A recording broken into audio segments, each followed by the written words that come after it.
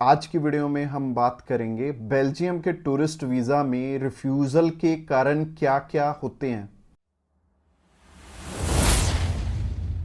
Subscribe कीजिए हमारे इस चैनल को और टूरिस्ट वीज़ा में आने वाले अपडेट्स के बारे में अप टू डेट रहिए।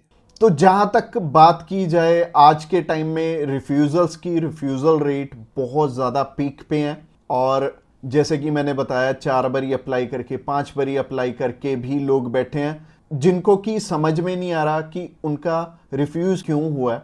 तो सबसे बड़ी इसमें दिक्कत होती है रिक्वायरमेंट्स की। एक एम्बेसी की जो रिक्वायरमेंट है ना, वो ना तो आपको किसी साइट से मिलेगी और ना ही इसमें इलेबोरेट आपको एम्बेसी करेगी। चाहे उन्हें खुद फोन लगा लेना, चाहे आप वीएफएस को फोन लगा लेना, वो भी आपकी हेल्प नहीं करेंगे। और तीसरी चीज आती है यहाँ पे कंसल्टेंट्स। बहुत सारे कंसल्टेंट्स हैं, बहुत कुछ जानते होते हैं, वो आपको इसलिए नहीं बताते क्योंकि उस काम को करने में हो सकता है 2 मंथ या 3 मंथ या फिर 6 मंथ का टाइम जाए। तो मेनली बात यही है कि जब भी हमने टूरिस्ट वीज़ा अप्लाई करना है, हम ध्यान से देख लें कि हमारी रिक्वायरमेंट पूरी हो रही है और किसी अच्छे कंसल्टेंट के थ्रू ही अप्लाई करना। मैं तो एक चीज़ बोलता हूं कि बड़े नाम के पीछे तो कभी मत जाना। देखो अभी कोई बड़ा नाम है तो उन्हें कोई फर्क नहीं पड़ता कि आपका वीज़ा आए चाहे आपका रिफ्यूज़ हो। बट हाँ, जैसे हमारे जैसी कंपनीज हैं जो कि अप्लाई करने का भी खर्चा बहुत कम लेते हैं और इसके बाद भी आपको पूरी पूरी सपोर्ट करते हैं हर एक फील्ड में, हर एक चीज में आपकी डॉक्यूमेंटेशन बहुत अच्छे से बनाते हैं।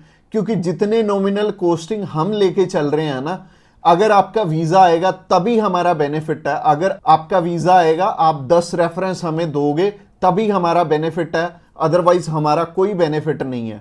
जो पर्सन आपसे ऑलरेडी 25,000 50,000 रुपए एडवांस में ले रहा है, उन्हें आपकी प्रोफाइल से कोई मतलब नहीं है। अच्छा, दूसरी तरह के कंसल्टेंट ये हैं कि जो हायर साइड पे 20-25,000 रुपए आपसे पहले भी लेते हैं और 10 लाख रुपए बाद में भी लेंगे। उन्हें भी आपकी प्रोफाइल से बहुत हद तक कोई मतलब नहीं है क्योंकि उन्होंने आपसे एडवांस ले लिया है और उन्हें यह फर्क नहीं पड़ता कि आपका वीजा आए या ना आए। वो अगर 10 केस अप्लाई करेंगे तो उसमें से एक वीजा तो वैसे ही आ जाता है, तो उनके 10 लाख रुपए तो वैसे ही बन गए। तो उन्होंने आपकी टेंशन क्यों लेनी है? तो सिंपल सी बात है, मैंने आपको अपना मोटिव बता दिया है कि हम रिक्वायरमेंट आपकी अच्छे से क्यों फुलफिल करवाते हैं जब भी आपने टूरिस्ट वीजा अप्लाई करना होता है। क्योंकि हमें आपसे बहुत कम पैसे मिलने हैं। अगर आपका वीजा नहीं आएगा, आपसे हमें रेफरेंस नहीं मिलेंगे, तो हमारा फायदा ही नहीं है इस काम में आने का। इसके अलावा पहला रीजन तो हो गया जो कि रिक्वायरमेंट के ऊपर है कि रिक्वायरमेंट अपनी बहुत अच्छे से समझ लेना और पूरी कर लेना, तभी वीजा अप्लाई करना। और दूसरा रीजन है कि आपके फाइनेंशियल डॉक्यूमेंट्स बहुत अच्छे से फुलफिल नहीं हुए होते।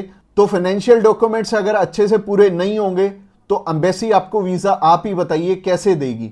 उन्हें एक प्रॉपर प्रोफाइल चाहिए, उन्हें ऐसी प्रोफाइल चाहिए कि स्टेप बाय स्टेप आपके सारे डॉक्यूमेंट्स आपस में मैच कर रहे होने चाहिए। जैसे कि आपका जो ऑक्यूपेशन है, वहां से आपकी कितनी मंथली इनकम आ रही है और क्या वो उसी प्रोफेशन से इनकम आ रही है आपकी, और आपके फाइनेंशियल्स आपस में मैच कर रहे होने चाहिए, तभी आपका वीजा लगेगा। तो अगर आपको नहीं पता है कि आपके फाइनेंशियल मैच कर रहे हैं या नहीं कर रहे, तो आप क्या कर सकते हैं, आप अभी हमें कॉल कर सकते हैं। आप जान सकते हैं कि आपके फाइनेंशियल अच्छे से मीट कैसे होंगे। और कॉल तो आप इस वीडियो के एंड में ही हमें करना, क्योंकि आगे जो रीजन है वो भी बहुत स्ट्रॉन्ग रीजन है कि आपका वीजा इन इन कारणों से भी हो सकता है। प्रोफाइल का तो मैंने आपको बता दिया कि आप हमें कॉल कर लेना। इसके अलावा जो तीसरा सबसे बड़ा रीजन है वो है कि आपके यहां पे इंडिया में टाई स्ट्रॉन्ग ना होने, यानी कि इंडिया में आपका कोई ऐसा रीजन नहीं है कि आप वापस लौट के आओ। जैसे कि मैरिड है अगर कोई, तो उनकी वाइफ उनका रीजन बनती है वापस आने का, और अगर कोई अनमैरिड है उसको थोड़ी सी प्रॉब्लम ही आती है। बट इसका भी सोल्यूशन है कि आप बेटर है, अगर आप 20-21 साल के हो, 22 साल के हो, तो बाहर जाने के लिए मैरिज तो करोगे नहीं, तो कर क्या सकते हो, आप अपनी मम्मी या फिर अपने पापा में से किसी एक जने को अपने साथ में अप्लाई करवा लो। इससे क्या होगा कि अगर मम्मी आपके साथ जा रही हैं, आपका नहीं है वापस आने का स्ट्रॉन्ग रीजन, बट उनका बन गया, तो उनके चक्कर में आपका भी वीजा आ जाने वाला है। तो आप कर क्या सकते हो, या फिर मम्मी या फिर पापा को अपने साथ में अप्लाई करवा लो तो ज्यादा अच्छा रहेगा, आपका भी टाई स्ट्रॉन्ग हो जाएगा। तो तीसरा रीजन हो गया। रीजन नंबर 4 की तरफ बढ़ते हैं। और जो चौथा रीजन है वो ये रीजन है कि आप यहां पे घूमने के लिए जा रहे हो, आपका पर्पस मैटर करता है। जब आप कवरिंग लेटर बना रहे हो तो कवरिंग लेटर ये तो आपके हाथ में नहीं है, ये तो आपके कंसल्टेंट के हाथ में है कि आपका पर्पस बहुत ज्यादा स्ट्रांग होना चाहिए, तभी आपको एक कंट्री वीजा देगी। और वीजा उन्हीं को मिलेगा, लाखों लोग अप्लाई करते हैं जिनका की एक पर्पस होगा, जिनका एक कारण होगा बाहर जाने का। वीजा सिर्फ उन्हें ही मिलने वाला है जिनका एक रीजन बहुत ज्यादा स्ट्रांग होगा। तो रीजन बहुत ज्यादा आपका स्ट्रांग बनाएंगे अगर आप हमारे थ्रू अप्लाई करेंगे।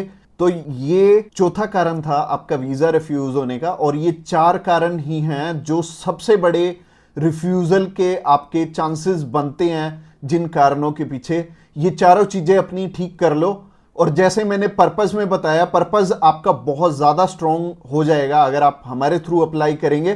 तो अगर आप हमारे थ्रू अप्लाई करना चाहते हैं, आप जानकारी लेना चाहते हैं कि आपके रिक्वायरमेंट पूरी है, क्या आपके फैमिली टाइज स्ट्रांग है, तो आप अभी हमें कॉल करके पता कर सकते हैं कि क्या आपकी रिक्वायरमेंट अच्छे से पूरी है, क्या आपके फाइनेंशियल डॉक्यूमेंट जो कि सबसे ज्यादा इंपॉर्टेंट है आपस में मैच कर रहे हैं। इसके अलावा जो तीसरा कारण था वो था आपके फैमिली टाइज कितने स्ट्रांग है। इसके अलावा चौथा कारण है कि आपका पर्पस हम कितना स्ट्रांगली लगाएंगे। इसके ऊपर आपका वीजा डिपेंड करेगा। और वीजा चाहे आप फर्स्ट टाइम अप्लाई कर रहे हो, चाहे ऑलरेडी आपके 1 रिफ्यूजल है, 2 है, 3 है, 4 है, जितनी मर्जी आपकी रिफ्यूजल्स हैं, मैटर नहीं करती। हमारे पास बहुत सारे लोग आते हैं, एक पर्सन का हमने अप्लाई करके दिया था और उनका टोटल 12 बार रिफ्यूज था, 13th टाइम उनका वीजा आया था। और मोस्टली लोग 1 बारी, 2 बारी, 3 बारी, तो बहुत सारे लोग रिफ्यूज होते हैं। कई लोग तो 4-4, 5-5, 6-6 बार रिफ्यूज होते हैं। इवन उन्हें ये नहीं पता लगता कि हम करें तो करें क्या। वीजा तो हमें लेना है और लेना भी बिल्कुल सही मायने में है, एक्स्ट्रा पैसे दे के नहीं लेना, एक बिल्कुल नॉमिनल चार्जेस में ही अप्लाई करवाना है किसी से। तो उस कारण में वो ट्रैवल हिस्ट्री वाली साइड भी जाते हैं। तो ट्रैवल हिस्ट्री वाली साइड मैं तो बिल्कुल नहीं बोलूंगा कि आपको ट्रैवल हिस्ट्री बनानी चाहिए, क्योंकि इस टाइम एयर टिकट्स ही इतनी महंगी हैं कि अगर आप एक कंट्री में भी ट्रैवल करते हैं तो आपका 70 से 80 हज़ार रुपये लग जाते हैं। इसके अलावा अगर आप 3-4 कंट्रीज में ट्रैवल कर लिए तो आपके 3-4 लाख रुपए खराब हो जाने वाले हैं। और जैसे कि मैंने आपको पर्पस वाली वीडियो में बताया था, 15 से 16 हज़ार रुपये में आप हमारे थ्रू अप्लाई कर लेंगे और आप कम से कम 3 लाख रुपए में अपना 20 बारी अप्लाई कर पाओगे। तो ट्रैवल हिस्ट्री पे बिल्कुल भी पैसे मत लगाना। इसके अलावा अगर आप हमें अभी कॉल करना चाहते हो, कॉल कर सकते हो नीचे दिए गए नंबर पे। और इसके अलावा आप हमें व्हाट्सएप पे भी मैसेज कर सकते हो। व्हाट्सएप पे मैसेज करने के लिए डिस्क्रिप्शन बॉक्स में लिंक है, उस लिंक पे क्लिक करते ही आप हमें मैसेज सेंड कर पाएंगे और हम भी आपकी inquiry as soon as possible हम लेने वाले हैं। और हमारी टीम्स ऑफ एक्सपर्ट्स हमेशा रेडी है और वो सारे टीम मेंबर्स को पर्सनली मैंने ही ट्रेंड किया हुआ है और आपकी हर एक ज़रूरत को वो समझेंगे और फिर उसी अकॉर्डिंग आपको गाइड करेंगे। और आपको बिल्कुल भी टेंशन नहीं लेनी, जब भी आपने वीज़ा अप्लाई करना है आप हमारे थ्रू ईजिली कर सकते हैं।